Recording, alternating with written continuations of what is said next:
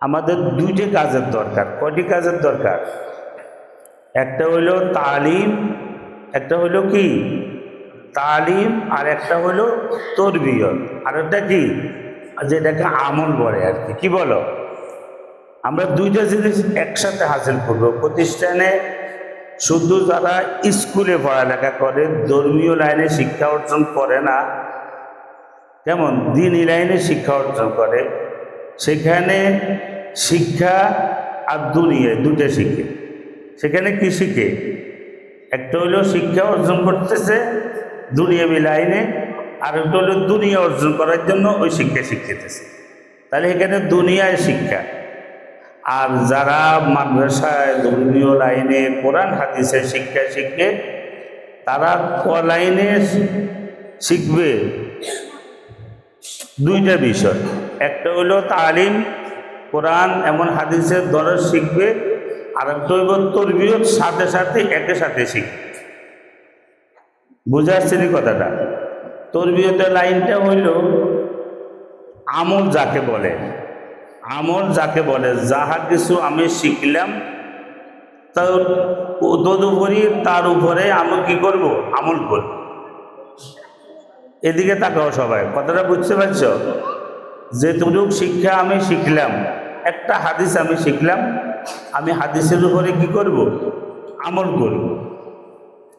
এই জন্য ধর্মীয় শিক্ষার মধ্যে আমলের যে ব্যবস্থাটা আছে, যে আমল করতে পারলে তার রেজাল্ট যেতে যত ভালো করবে, তার চেয়েও যে ব্যক্তি আমল ভালো করবে, তার দাম আল্লাহর কাছে, এখন ওস্তাদের কাছে আরো অনেক বড় হয়ে যাবে। বুঝছো আমার কথাটা? তাহলে তালিমের সাথে তরবিয়ত একান্তভাবে জরুরি। যেমন তালিম ফরজ, তেমনিভাবে তরবিয়তও ফরজ। তা আমরা এখান থেকে এই শিক্ষা অর্জন করব, দুইটা শিক্ষা। যেমন আমরা এখন মাদ্রাসা বন্ধ হবে, মাদ্রাসা বন্ধ হবে না, তোমাদের ছুটি হবে। কেমন? পরীক্ষা দিছ, পাশ করছ কিছু, এখানে কেমন তোমাদেরকে পুরস্কৃত করবে। তো এখান থেকে আমরা বাড়িতে যাব। বাড়িতে গেলে আমাদের ফলাফলটা বোঝা যাবে। কি বোঝা যাবে? যে আমরা এতদিন যে মাদ্রাসা পড়ছি, কেমন প্রত্যেকের হাতে কি একটা একটা টাচ মোবাইল ছিল মাদ্রাসা থাকতে? ছিল কি না বলো? না, হুজুরা কি একটা একটা মোবাইল হাতে দিছে যে কত গেম খেলতে পারো, কে কতক্ষণ দেখতে পারো, এরকম কিছু? এখানে কি হুজুরা এটা শিখেছে?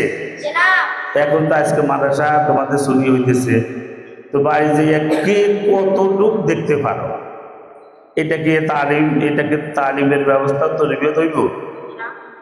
কি বলো?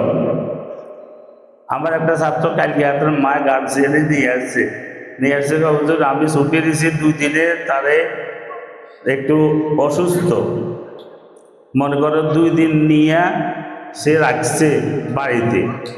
2 দিনে সে এক ওয়াক্ত নামাজও পড়ে নাই। এর মায় বলতেছে 2 দিনে সে কি করে নাই? এক ওয়াক্ত নামাজও পড়ায় নাই। এরপরে কোরআন শরীফ তো ধরে নাই।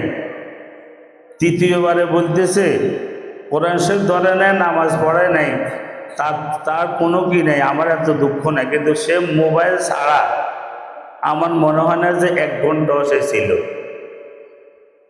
ফের মায় বলতেছে, এখানে কোনো মিথ্যা আছে? মিথ্যা বলবো কথাটা। এর মায়ে তো আমার কাছে অভিযোগ করতেছে। তাইলে এই মোবাইল সে 1 ঘন্টাও বাদ দেয় না, এই মোবাইল দেখছে। এমনকি মোবাইলে যদি তার বাপের কল আসছে, সে কাটে দিত কলটাও, তার মার কাছে মোবাইলটা দিত না। আমি ওয়াজ করতেছি, আমি তোমাদেরকে কথাটা ধরাই দিতেছি। কেমন? তাইলে আমরা মাদ্রাসা যারা পড়নেওয়ালা, মাদ্রাসা যারা পড়ি, তারা এখান থেকে পড়ালেখার সাথে সাথে তরবিয়তও শিক্ষা অর্জন করতেছে। কেমন? নামাজ, সালাম, আদব, মায়ের সাথে খুব নরমভাবে ব্যবহার করা, এগুলো হইতে হবে।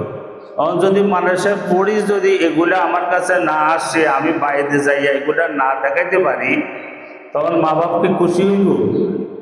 উস্তাদ হাজারও খুশি হয়ে লেখাপড়া ভালো, তোমাকে এখানে পুরস্কৃত করে দিল, কিন্তু তুমি বাইরে যাইয়া মার শুধু ফিটাই খাইতেছ, মার কথা শোনো না। এটা হলে কি হবে? তাইলে বাড়িতে যাইয়া মা বাবা দুইজন তোমার কথার দ্বারায়, তোমার নামাজ পড়ার দ্বারায়, তোমাকে মানুষ সালাম মার্কি দেওয়ার দ্বারায় এইগুলো শুনি মা যেন খুশি হয়। মা বাবা দুজনকে যেন খুশি করতে পারো। কি বলো? পারবা ইনশাল্লাহ?